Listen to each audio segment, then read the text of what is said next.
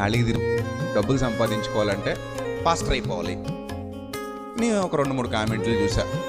అప్పుడు నాకు అనిపించింది, స్కూల్లో టీచర్ కంటే కూడా టీచర్ ఓన్లీ బుక్లో ఉన్న పాఠాలు చెప్పేసి వెళ్ళిపోతే సరిపోద్ది.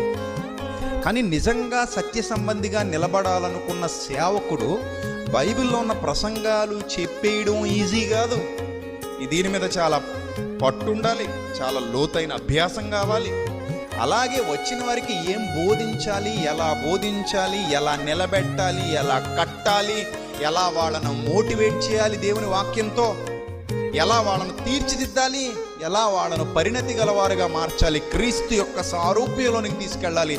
దాన్ని పౌలు భక్తుడు అంటాడు ప్రసవ వేదన అంటాడు. దీన్ని ఎలా పరిగణించారంటే చివరికి ఇదేదో ఒక ఎందుకు పనికిరాని ఉద్యోగం అన్నట్టు. కానీ నన్ను అడిగితే నేను అంటాను, దీన్ని మించిన కష్టమైన ఉద్యోగం మరోటి లేదా.